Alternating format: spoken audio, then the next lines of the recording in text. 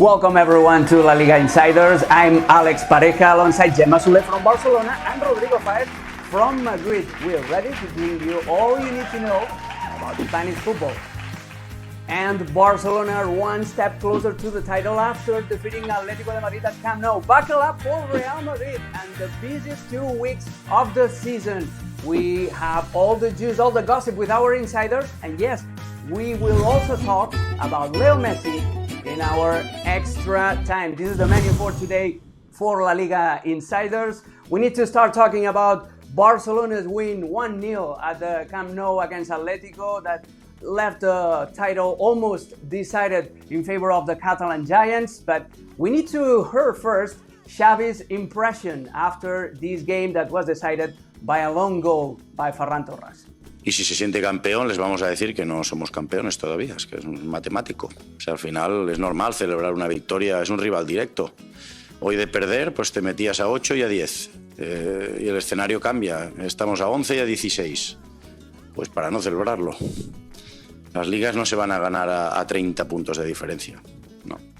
Y estamos en una diferencia faltando 8 jornadas y la situación es de privilegio, ya lo hablamos ayer, pero no hay para nada hecho. Ahora vamos a Vallecas, que será un partido muy duro.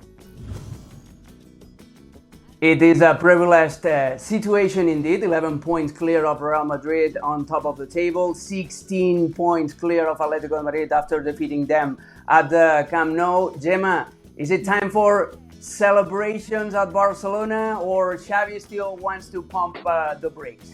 Well, Alex, you just heard him. He doesn't want to celebrate. He doesn't want to take counts and start thinking when will Barca mathematically became La Liga champions. But I have to tell you some gossip, and that his message is different than what his players think, because yesterday we were in the interview area waiting for Xavi to talk with him and the players, and so the players arrived at their locker room, and we could listen to the shouts, to the joy, to the celebration. So the players are well aware that yesterday's win, it was a capital win. It was a key victory. It was very important because let's remember that they arrived to this game with a bad streak of 3 games, not being able not only to win, but not being able to score. And they have been struggling so much in the final third.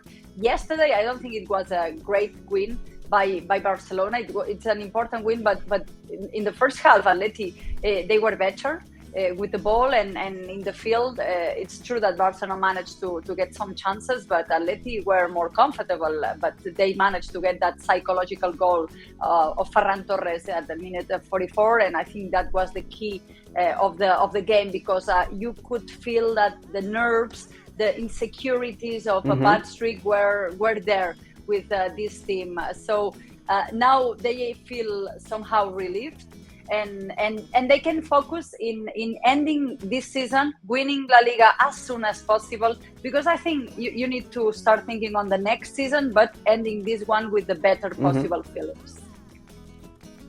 And it's very important for them, Rodri, to finish this title race with style. There's been a lot of talk about Barcelona just winning their games 1-0, 0-1, and not showing all the Barca DNA that you would expect from them, all that tiki-taka that is talked about, but it's not seen yet on the Camp Nou. Thank God, Alex, you mentioned tiki-taka, because when you mentioned style, I was like, which style? Defensive style? Because this is the only style that we've seen in La Liga for Barcelona. I mean, I don't really recognize Barcelona's style this year, and I understand that, as we said several times, that this is an under construction team, and Xavi is an under construction coach at the same time. But when we talk about Barca, you need a little bit more. I mean, this is not Real Madrid that they need to win. Doesn't really matter who. But at the end of the day, Barca need to play a little bit better, and they don't really play better. And last night, it was the perfect example of what Barca is this season. That is why they celebrated that much, as Gemma reported, because they were nervous, they were anxious, they were maybe afraid of Real Madrid and Atletico Madrid get them, this final part of the season. So that is why, that win against Atletico Madrid was so important. But in terms of style, I am still waiting for Barcelona. I don't recognize Xavi Hernandez. I don't recognize the players. I don't recognize the whole Barca way of playing this season. And I think that now that they are going to win the title for sure, as we mentioned before so many times in these past 15 days, they need to be up there, because you have here the chances to win La Liga for Barca, 97%. Wow. And Real Madrid, Atletico Madrid, Real Sociedad, La Liga is over. The title is going to travel to Barcelona. But now they won the title, they need to play a little bit more. Because if not, we're not talking about Barcelona. We could be talking about some other team, but not Barcelona. It looks like a very generic side to me. It's just another team to watch, not the team to watch that it used to be Barcelona back in the better days. We need to talk about specific players. Gemma, it was a huge relief for Ferran Torres scoring yesterday against Atletico de Madrid. There was a huge relief within the squad with the return of Pedri, especially Pedri. He lightened up the Camp Nou in the second half. The return of Frenkie de Jong. But what's going on with Robert Lewandowski? He had 2 big chances yesterday, and he's still struggling to score in this second part of the season. Yeah, after the World Cup, we haven't been able to see again that great version of Robert Lewandowski, that he arrived to La Liga and it felt like he played here like forever. Let's remember that he's still the Pichichi of La Liga. Karim Benzema still 4 goals difference, so he might be the one. But it's true that the feelings of the Polish striker, you can see him struggling a little bit. He has been suffering not injuries but discomfort. He explained it before the last match day that he really had difficulties to even being able to walk before facing Girona, and thanks to the medical staff he was able to play, but he's not having the better feelings. And I think it's not only about Lewandowski. It's true that the system of the 4 midfielders, that they weren't playing this yesterday, but for this second part of the season it's been there. He struggles with that system. He's not getting so many balls. He had a great partner in crime, Dembele. He's not there anymore for a couple of months. It was the same with Pedri, for Frenkie de Jong. So he has been struggling this past couple of months because in a physical level, he's not at his best. Psychological, I think he's starting to feel that pressure. Probably, he's not getting any younger, and it's a year with a World Cup in the middle. So I think he has this kind of problems with physicality as well. But then if you look at him, he's a veteran. He has a lot of experience. So, of course, he's not happy. He's struggling. But I cannot see that suffering phase that, for example, I see in Ferran Torres. Yesterday, for example, at the end of the game, he was quite calm, thinking that he is doing a lot of other things well, because it's true, it's a striker that also defends, and Xavi is happy with that. And at the end of the game, he went out back to the Camp Nou after the shower with his family, with two girls, and they start making videos, pictures. So it's like he's trying not to get this pressure too much on his mind, because he knows he's doing almost everything right. When he's feeling a bit better and having better partners and a little bit more lucky, he will go back to his best version. For Lewandowski, no Pedri, no Dembele, no Party. The Polish striker is dealing with that draw in a very calm way, as you mentioned, Gemma. It doesn't get under his skin yet, but he needs to improve. And Rodri, this midweek on Wednesday, Barcelona have a nice test against Rayo Vallecano there in Madrid. What we should expect? What should we expect from that game? Rayo lost 2-1 on their last outing at Real Sociedad, but they're a very, very intense team, especially at Vallecas. What should we expect about that game? I think it's going to be a hard game for Barcelona because, first of all, the stadium is really tiny. It looks like an old school stadium for Barcelona, and they're never comfortable there. Even I remember last year, I think it was the last game of Ronald Koeman coaching. Ronald Koeman, you're right. Yeah, I remember that, and that is why when you are playing at that stadium, Vallecas, who is for me maybe one of the most magicians stadiums in Spain, because I love that stadium. Yeah, you can smell the smell of old football there, the classic football. But at the end of the day, if you are Barcelona or even with Real Madrid or Atletico Madrid, you always struggle there. And when you are facing Andoni Iraola's side, you know that you're gonna suffer even more. I was watching Real Sociedad Rayo Vallecano game, and I was looking at the faces of Real Sociedad players, and they were like, what the heck? They were struggling that match against Rayo Vallecano, even though knowing that Rayo Vallecano's second half of the season is not the same as the first half. If they would have been like in the first half of the season, they would be now competing for getting into the Champions League or maybe the Europe League for the next season, because they were at a level, that it was, as good as it get at that time. But it's gonna be hard anyway. They're not gonna compete for anything, unless there is a disaster for Betis, for Real Sociedad, or for Villarreal, because they are a little bit far away from those European positions for next year. But at the end of the day, you are Rayo Vallecano, and Rayo Vallecano always fight when you are playing home. So that is why, I think they're gonna be Barca players are gonna be a bit released, which is something good for them. But at the same time, they're gonna be not that comfortable, because playing there in Vallecas, you were there, Alex, in your last trip here to Spain. It's never easy for Barca. No, it's never easy. We were there in October. There was a Rayo Getafe, super small pitch. It's a matchbox. Everyone is supporting the local team. It's a working class neighborhood. I love Rayo Vallecano, and that will be a tough test for Barca. Gemma, should we expect any rotations in the squad, considering that Barcelona are so close to winning the title and some players demand more playing time, like Ansu Fati, Ferran Torres himself? Should we expect Pedri as a starter? Tell us, what should we expect about Barcelona?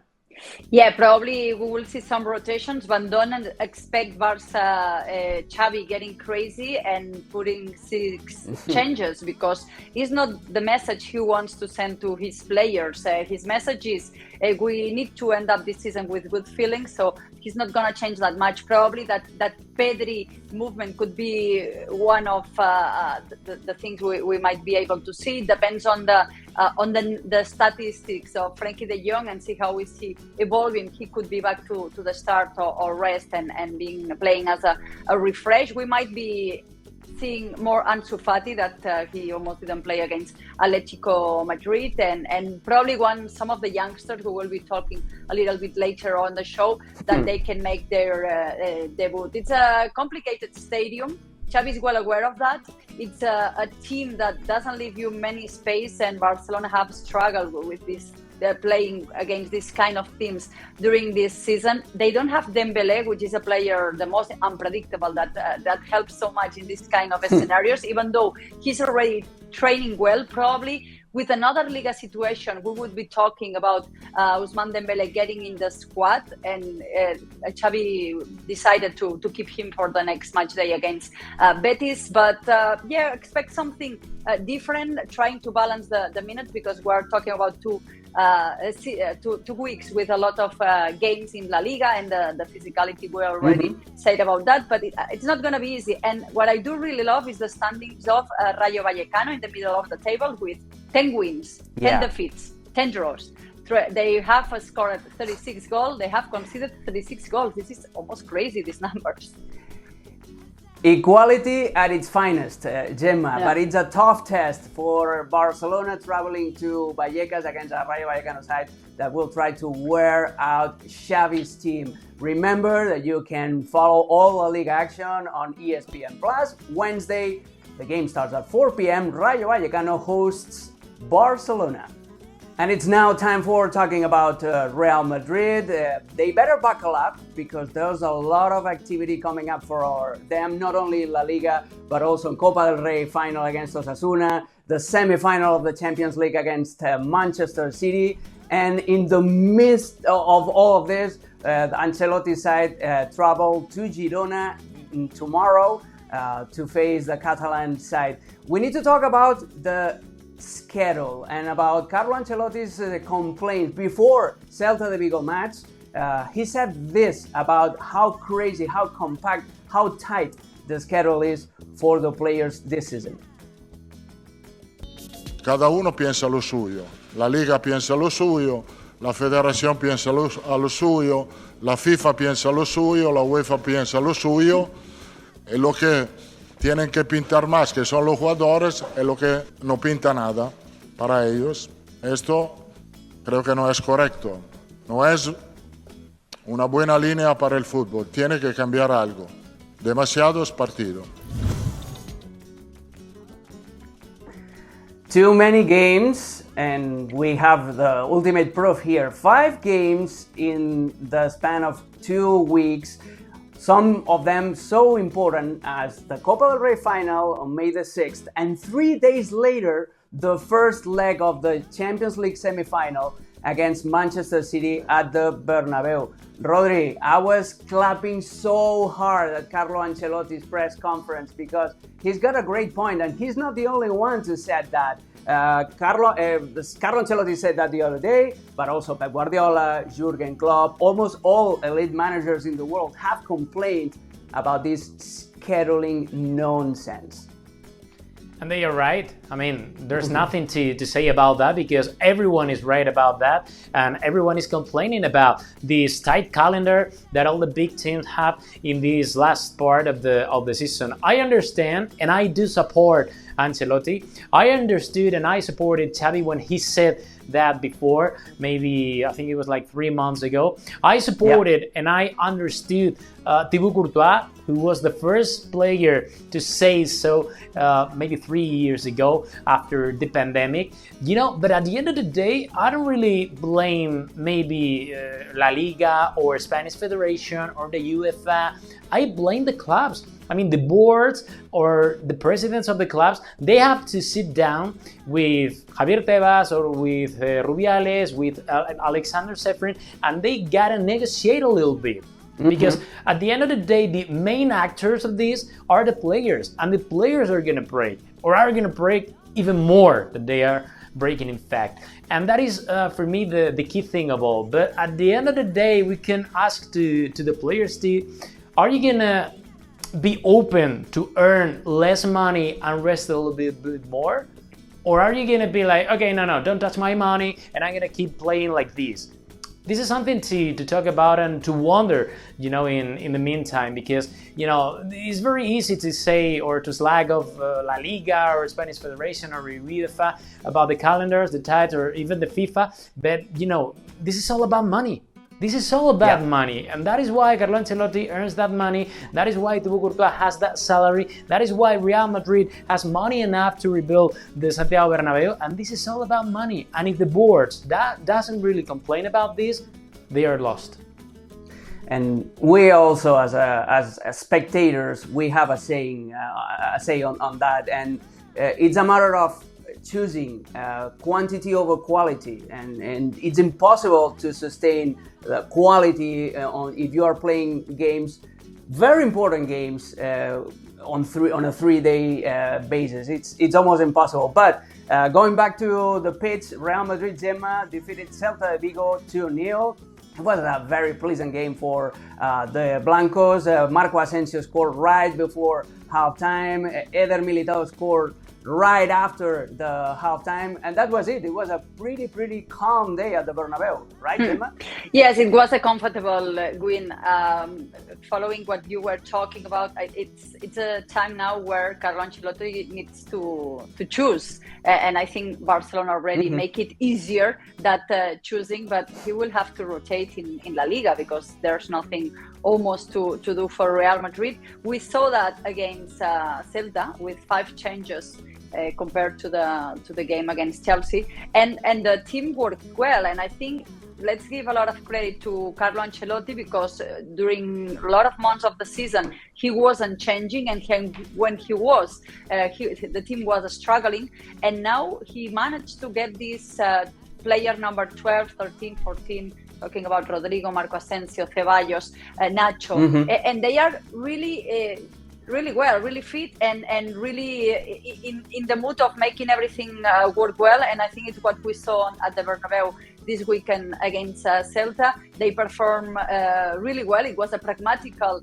yet comfortable win, no suffering. Celta were unable to be rivals for Real Madrid, and I think that with this kind of games, Ancelotti will have to choose. And let's see what happens with Karim Benzema. That it's true that he doesn't have so many minutes this season because he was injured, but he's also wanting to try to fight for the Pichichi, the top scorer, and maybe Ancelotti will have to deal with that, because of course what Ancelotti needs is the team absolutely 100% fit for the Copa del Rey final, for the Champions League semi-finals. The big rival Man City have the same problem, even bigger, because they are fighting also to win the Premier League, which is not easy, and it requires a lot of physicality, and also the FA Cup. So they all have the same problems, issues. They will have to solve it with performances like the one we saw against Celta.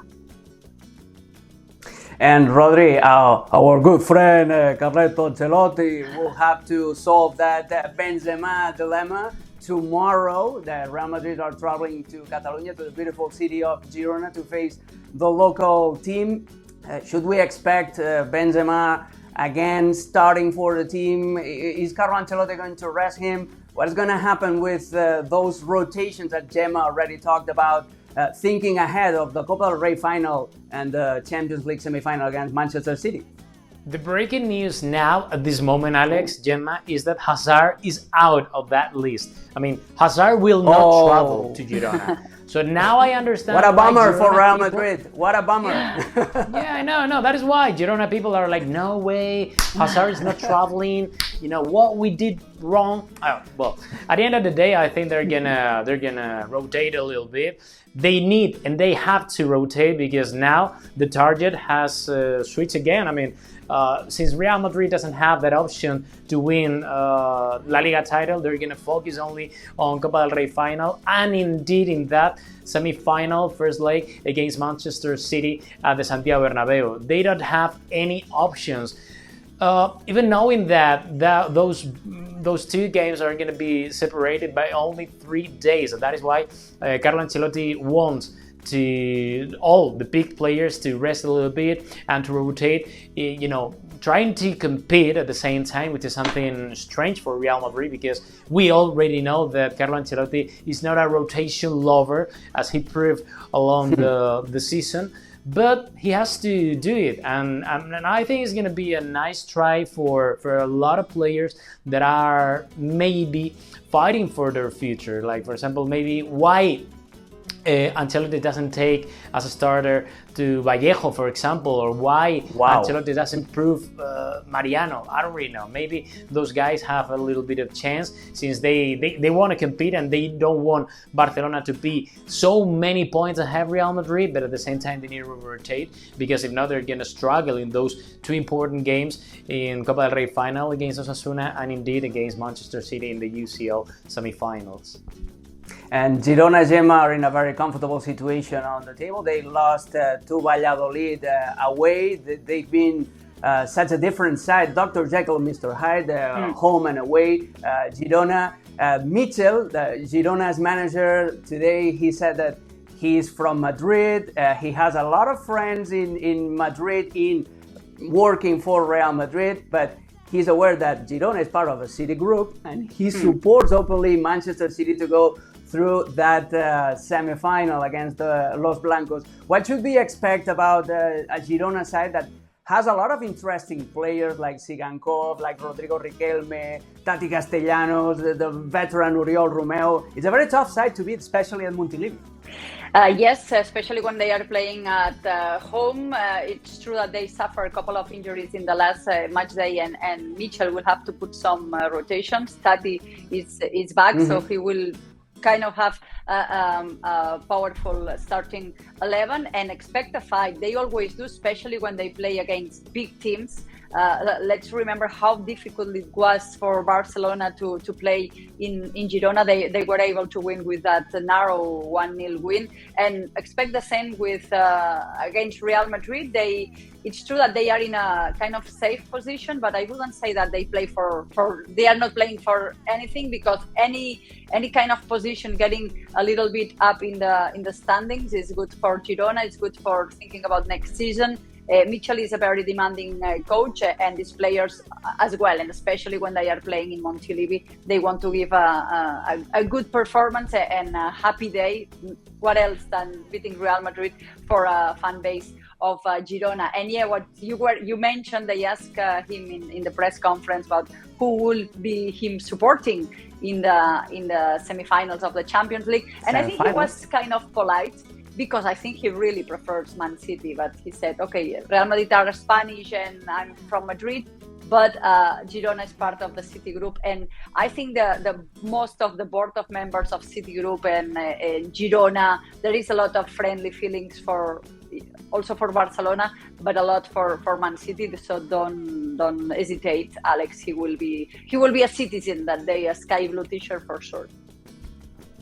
I'll tell you, a lot of people in Catalonia will be fans of Manchester City in this semi-final clash. But remember, and not only Mitchell, a lot of Catalan people will support Manchester City, especially because Pep Guardiola, as a Catalan, is the manager of the citizens. But remember, first, we need to see what Real Madrid is able to do against Girona tomorrow, Tuesday, at 1:25 p.m. Eastern Time here at the United States. I played against Girona back in the day, guys, in 1999, when they were in the 5th tier of Spanish football. Now, look where we are. They're on top, and I'm here just not kicking a ball anymore. City money not kicking a ball anymore. No, exactly. City Group money helped a lot. Well, we already talked about Barcelona. We already talked about Real Madrid. It's time for our gossip, our insiders information, the information that only you, Rodri and Gemma, are able to bring us from the Spanish football. And we need to talk about gardening. Rodrigo, what's going on again with Real Madrid's pitch? What's going on with the grass at the Bernabeu Stadium? It looked so awful the other day in the game against Celta Vigo. Yeah, it's funny to talk about the gardening without mentioning Xavi, but now we refer to Santiago Bernabeu's pitch that, as you mentioned, Alex, is awful. I mean, the state of that turf is horrible. And even the players and Carlo Ancelotti were complaining about that after the game, saying that, my God, this was impossible to keep the ball possession at the speed that we wanted to in this kind of situation. So that is why Real Madrid board have decided to change again for the 5th time in this past year and a half the Santiago Bernabeu pitch ahead of the Manchester City semifinals of the UCL. Real Madrid board are aware that now they gotta make Santiago Bernabeu an advantage for Real Madrid. And now this part of the season, if Real Madrid doesn't have a proper pitch, they're not going to have that Santiago Bernabeu factor in this first leg of the semifinals. So that is why they are really worried about that. And it will cost around in between 300 or maybe 400,000 euros. So it's not going to be cheaper. It's not going to be cheap. So, I mean, we remember this is the 5th time that Real Madrid are changing the pitch. So that is something that maybe could be caused by the works of Santiago Bernabeu in these 3 years, or maybe some kind of infection due to the works as well. So let's see what happens in the future. Real Madrid has less than 1 year to finish Santiago Bernabeu works. So let's see what happens in less than 10 days. Real Madrid need to hire grass detectives to know what's Maybe going they can to find hire out what Xavi. is going on. Oh, yeah. Well, it depends on the money. It depends on the offer. You know, Rodri. That's what moves the world. It depends on the Gemma, money and on the sun. Exactly. If they play at Getafe at 1 p.m., it's not feasible for Barcelona. Gemma, we need to talk about a new kid on the block for the culés, for the Blaugrana. Yesterday on Barcelona's bench, there was a kid. He's just 15 years old. He's the next big thing of La Masia, and his agent is already Jorge Mendes, who is Lamine Yamal. Yeah, let's talk a little bit about the next wonder kid. Let's not put a lot of expectations because sometimes it doesn't work well. But the feeling is that he is something different. He already made history just being in the squad of Xavi Hernandez against Atletico de Madrid. He's already is the youngest to do that, and it's something big because he hasn't even played a minute with the B team. He's playing in the under-19 team in the academy of Barcelona. He's a very technical player. He's a forward. He can play as a winger or as a false nine, and he's truly a talent for his age. He is going to be 16 in July.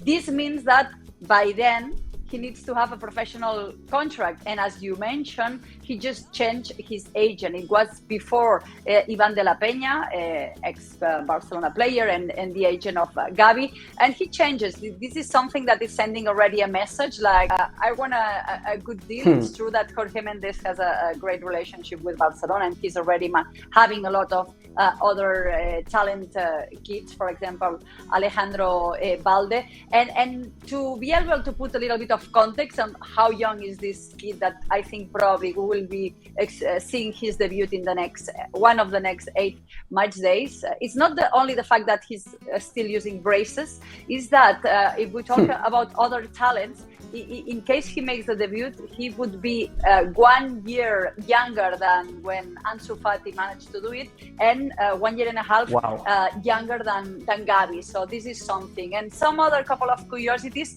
is that Lamine Yamal is not name and surname. This is a full name. Yep. And his full name. Yeah, full name is Lamine Yamal, and his surname is Nasraoui Ebana. His father is from Morocco, the mother from Equatorial Guinea, and he has been living in Mataró, which is a nice city, half an hour away from Barcelona. And let me tell you that he was extremely happy yesterday, even though he didn't do the warm-up during the game. I think there was a lot of tension, and Xavi didn't want the fan base or the kid get too much excited. But during the warm-ups before the game, he was with a substitute, and you could see that kid with the full Camp Nou, he was really getting excited. And even though he didn't get to do the historical debut, he went to celebrate a bit later on with the family. It was an early kickoff, so he had time. He went with his family and some friends to celebrate into a meat restaurant that you probably know. Nueve Reinas is an Argentinian restaurant and is owned by a former football player, Cholo Martín Pose. During some years, Mascherano was there as well, but now it's from this former Spanish player, and so he's having living a momentum, and as I was mentioning, I think this collab for the first team is some kind of prize and also a message from Xavi saying, you stay here, I'm gonna take care of you, I really appreciate you, don't go somewhere else that they will be offering money, because it's probably that Barcelona, with a struggling financial situation, there will be other teams maybe willing to put some money on the table. A teenage dream that was fulfilled yesterday for Lamine Yamal. That Nueve Reinas restaurant is also named after a superb Argentine movie from the early 2000s, I think, with Ricardo Darín. Very, very recommendable. Rodri, we need to talk about Gabri Veiga, the Spanish Frank Lampard, a very box-to-box, very interesting box-to-box midfielder. Real Madrid has him on the radar. And what about his performance the other day at the Bernabeu? Did he convince Carlo Ancelotti and the rest of Real Madrid staff? Are there any doubts about signing him? Because he's an amazing prospect. I mean, he's a reality already, but he has a very, very interesting future ahead of him. Yeah, Real Madrid liked the way Gabri Veiga performed in that game in between Real Madrid and Celta de Vigo. They were monitoring Gabri Veiga for all the season long, and they wanted to see how he could perform in a stadium like Santiago Bernabeu. And I was told by a Real Madrid source that they were delighted by the way he was playing in the first half, and by the way he, with his personality, was trying to get the team ahead and try to score against Real Madrid.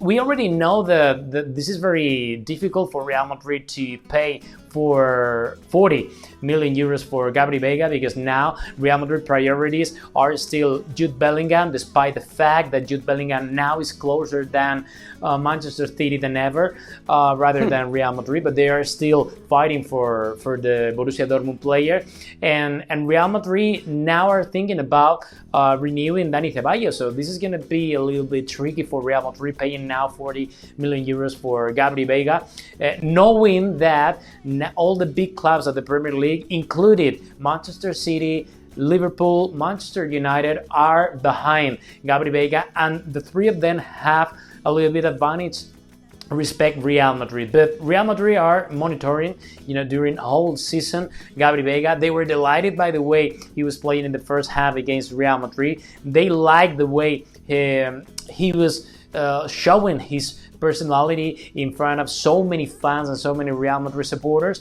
Let's see what happens at the end of the season, because Real Madrid are close to sign a renewal for Toni Kroos and Luka Modric. They are close to offer Dani Ceballos a renewal offer. So let's see what happens at the end of the season. But Real Madrid are monitoring Gabri Veiga, and they don't really know what to do now. It's interesting, that situation, Rodri, because it could be a lot of midfielders in Real Madrid's squad next season. Adding Gabri Veiga for not playing him, it doesn't make any sense to me. Gemma, we need to talk about Marc-Andre ter Stegen. What a season the German goalkeeping is having, especially at the Camp Nou. Yeah, it's incredible what they are achieving in defense, and I think it's quite remarkable that he is doing that with really new defense, because the defensive line has experimented a lot of changes, with Piqué quitting at the end of the year, with the additions of Koundé, Christensen, the fact that Araujo was injured for 4 months. So it's remarkable what Marc-Andre ter Stegen, that he went into surgery the last summer, and because he was experimenting some pain, and he's at his momentum. He's at the best time of his career. He's also quite excited with the fact that he might eventually be able to also be the German goalkeeper, with the fact that Neuer is injured, that he got that accident skiing. But talking about Barcelona, usually I love to watch the games behind the goal, and it gives you a lot of information. And usually when you are especially at the Camp Nou, the first half that the Barcelona are attacking is more fun.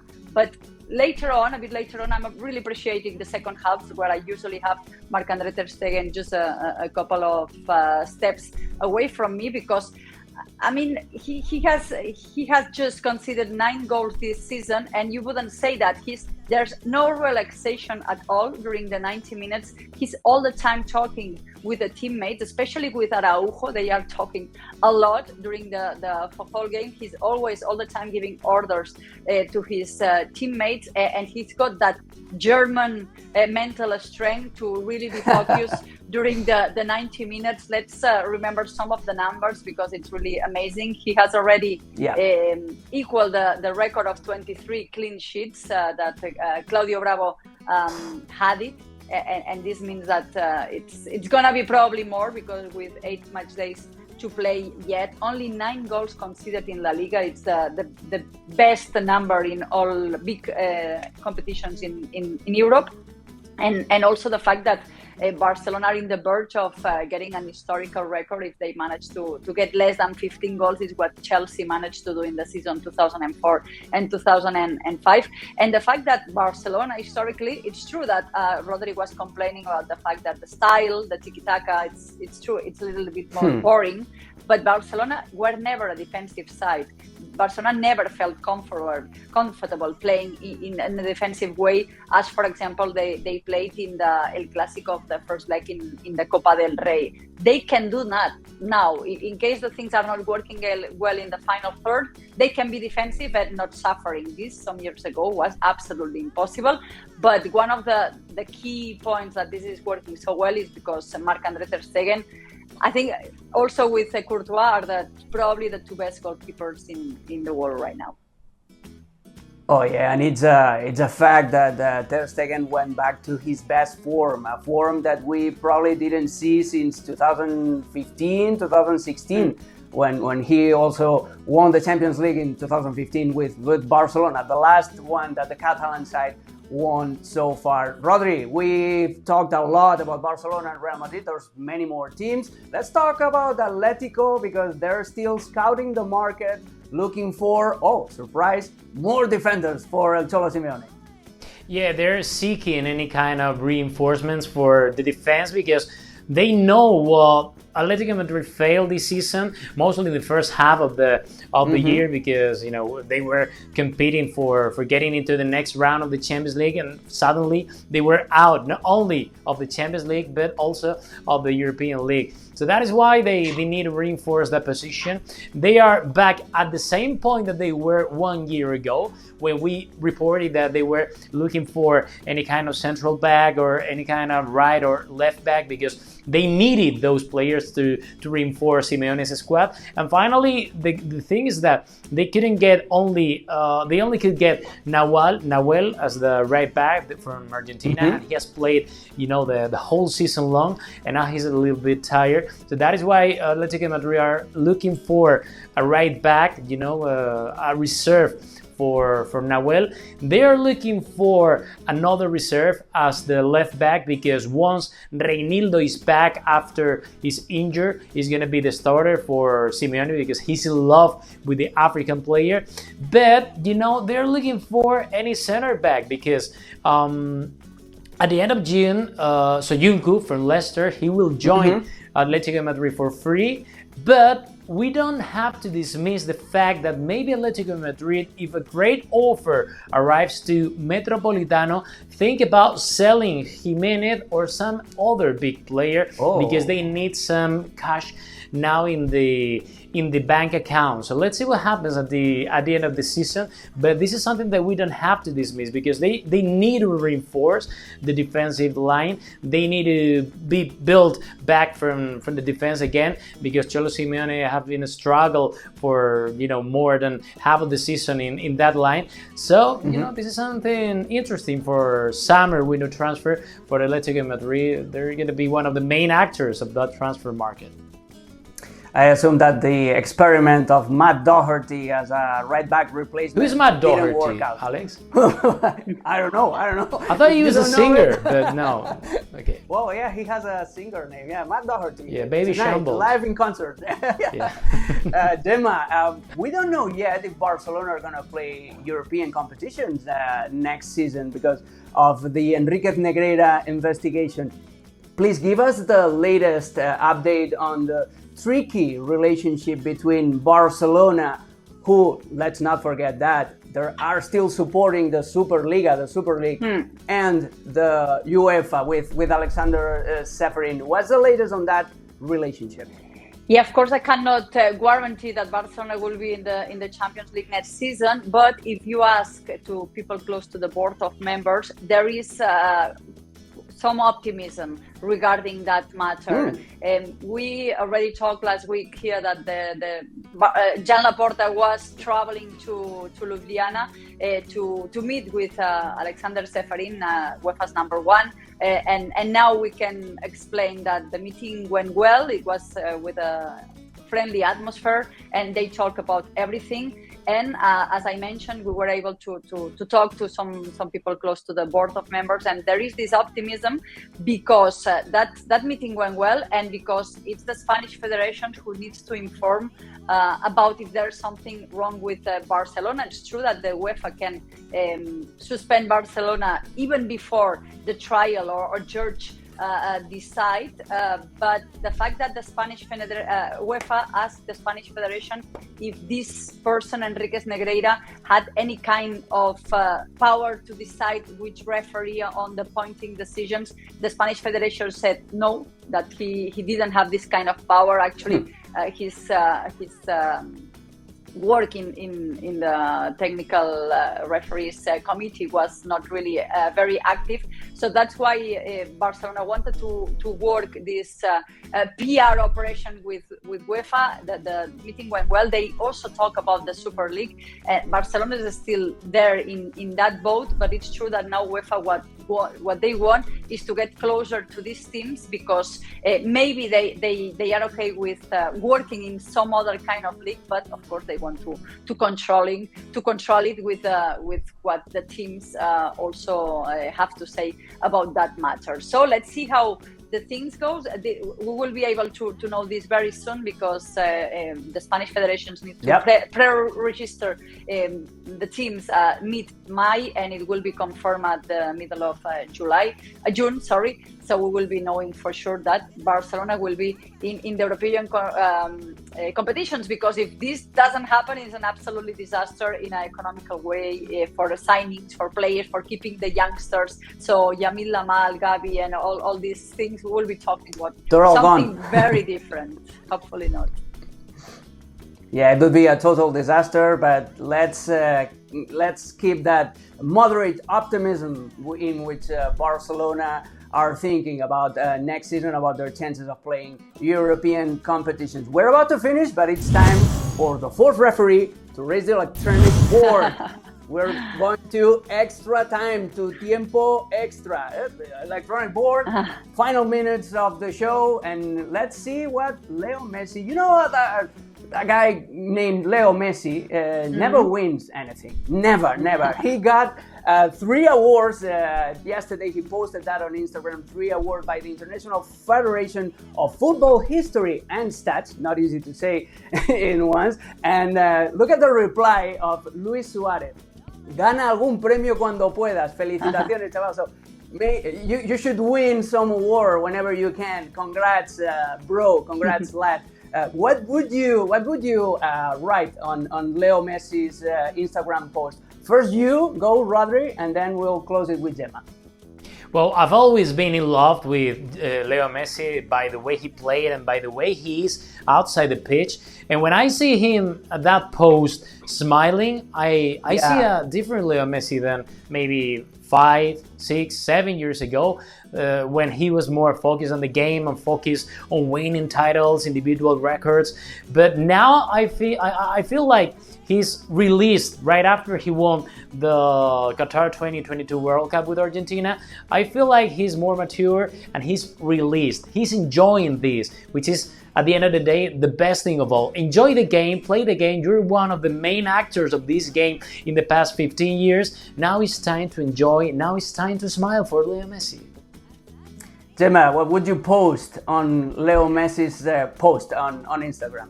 Get a bigger house, definitely, because he will have to. I mean, he's got a huge place here in Castelldefels in Barcelona, but with so many prices, it would be impossible to fit that. And he's got 3 kids and a dog and a lot of things. So yeah, get a bigger house, Messi, and do whatever makes you happy next season. We have a lot of expectation of seeing him back in La Liga.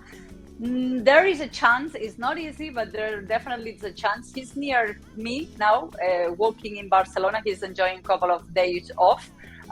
So we will see. So what are you doing, Gemma? Go to the hunt of Leo Messi. We need to get some breaking news. I'm going there right now. All right, I'll relieve you from your duties. I love the bromance between Luis Suarez and Leo Messi, and I love the chemistry between Gemma Sule and Rodrigo Faed. I'm Alex Pareja. This was La Liga Insiders. See you next time.